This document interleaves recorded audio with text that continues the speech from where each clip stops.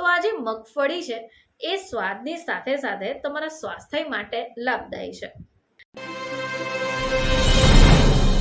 નમસ્કાર દર્શક મિત્રો, ખબર છે .com પરથી હું દ્રષ્ટિ નાયક આપ સૌનું સ્વાગત કરું છું। મિત્રો, ઘણી વાર જમવાનું ખાઈ લઈએ તો પણ જાણે પેટ નથી ભરાતું। હવે આવામાં આપણને ટાઈમ પાસ માટે કંઈ ને કંઈ તો જોઈતું હશે। ઘણી વાર આપણે ઓવર ઇટિંગ પણ કરી લઈએ છીએ, પરંતુ જો તમે ધ્યાન રાખીને કોઈ પણ પદાર્થનું સેવન કરશો તો ચોક્કસપણે તમને ફાયદો થઈ શકે એમ છે। હવે આવામાં ચોમાસાની ઋતુ શરૂ થઈ જાય એટલે ઘણી બધી વસ્તુઓ ખાવાનું મન થશે। આવામાં જો તમને બાફેલી કે શેકેલી મગફળી મળી જાય તો પછી તમે તો ખાવાનું શરૂ જ કરી દેશો।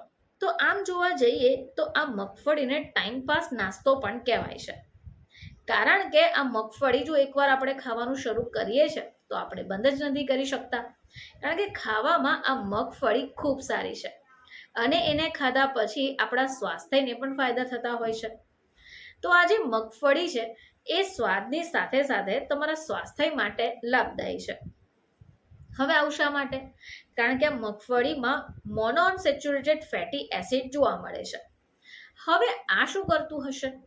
તો આ આપણા શરીરના ખરાબ કોલેસ્ટ્રોલનું સ્તર ઘટાડે છે અને સારા કોલેસ્ટ્રોલને વધારે છે। તમને જાણી નવાઈ લાગશે કે આ મગફળી ખાવાથી તમને શરદી અને ઉધરસમાં પણ રાહત આપે છે। મગફળી જો તમે ખાઓ છો તો એ શરીરને અંદરથી ગરમ રાખે છે। માની લો કે જો તમે રોજ જ આ મગફળીનું સેવન કરો છો તો તમારા ફેફસા મજબૂત બને છે।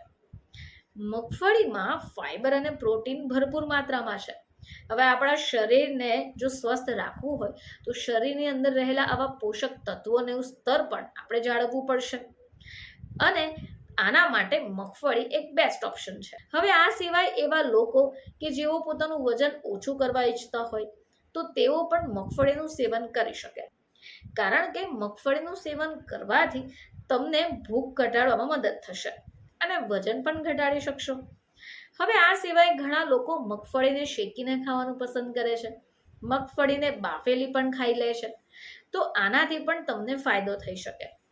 મગફળી ખાવાથી ઘણા પ્રકારના કેન્સરથી પણ બચી શકાય। હવે આ સિવાય મગફળીમાં હાજર ફેટી એસિડ તમને ત્વચાના રોગ સામે પણ રક્ષણ આપે છે। તો દર્શક મિત્રો, જો મગફળી ખાવાનું શરૂ કરીએ તો આપણને આટલા ફાયદા થઈ શકે। ફરીથી તમારી સમક્ષ હાજર થઈશું, ત્યાં સુધી જોતા રહેજો ખબર છે .com।